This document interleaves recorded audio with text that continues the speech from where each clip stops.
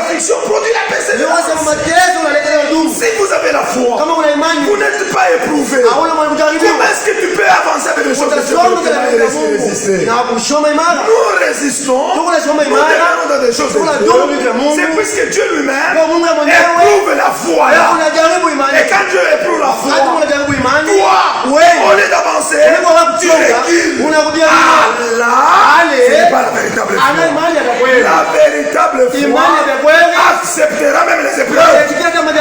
Quels que soient les problèmes, quels que soient les membres qui arrivent, toi tu dois demeurer dans la foi. Alléluia. Puisque c'est Dieu lui-même qui a donné cela. Donc les épreuves, c'est la vie des enfants de Dieu. Si un enfant de Dieu n'a pas d'épreuve, c'est la preuve qu'il n'est pas enfant de Dieu.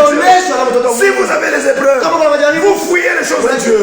Vous allez chercher les ballons. Vous allez chercher la solution. C'est la preuve que vous n'avez pas la foi. Quand on a la foi, quel que soit le ton des problèmes, vous allez demeurer toujours. Vous n'allez pas fuir.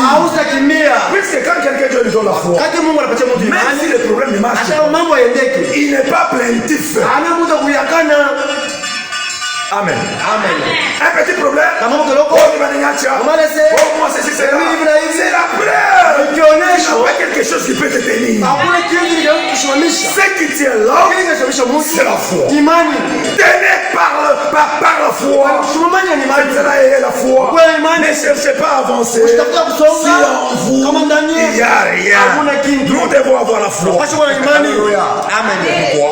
Parce qu'avant d'avancer avec Dieu, il faut en avoir. Parce que c'est un don que Dieu nous a donné. Et le don de Dieu ne faillira jamais. Le don de Dieu va demeurer.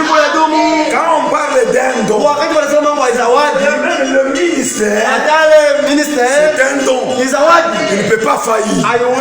Être enfant de Dieu, c'est un don. Tu ne failliras pas. Pourquoi? On commence tout par la foi. Est-ce que vous croyez? Est-ce que vous croyez cela? Oui, mes bien-aimés frères. Parce que quand nous croyons en Dieu, si nous croyons en Dieu, lui, Dieu fera le reste. Amen. Même si tu n'as rien, il suffit seulement de prier.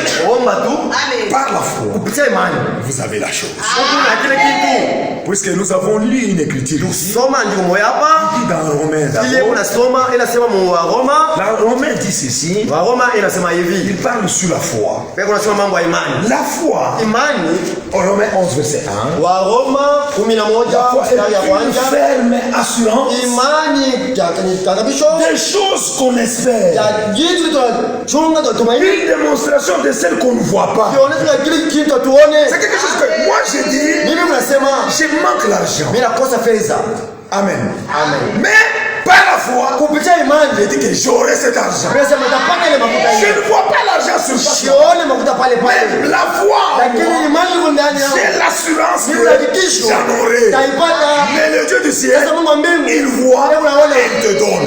S'il en est ainsi de la guérison, quand vous dites que ici moi, je serai guéri, Dieu te guérira. Puisque c'est toi, tu as la guérison à toi. Alléluia. Dieu, il est le guérisseur. Mais toi, il y a la guérison. Ça vient comment? Par la foi à la parole de Dieu. Et Dieu du ciel maintenant, comme il est lié à sa parole, il prendra soin de nous tous. Amen. Que Dieu vous bénisse. Et Dieu ne nous abandonnera jamais. Quand nous tenons vraiment à sa parole,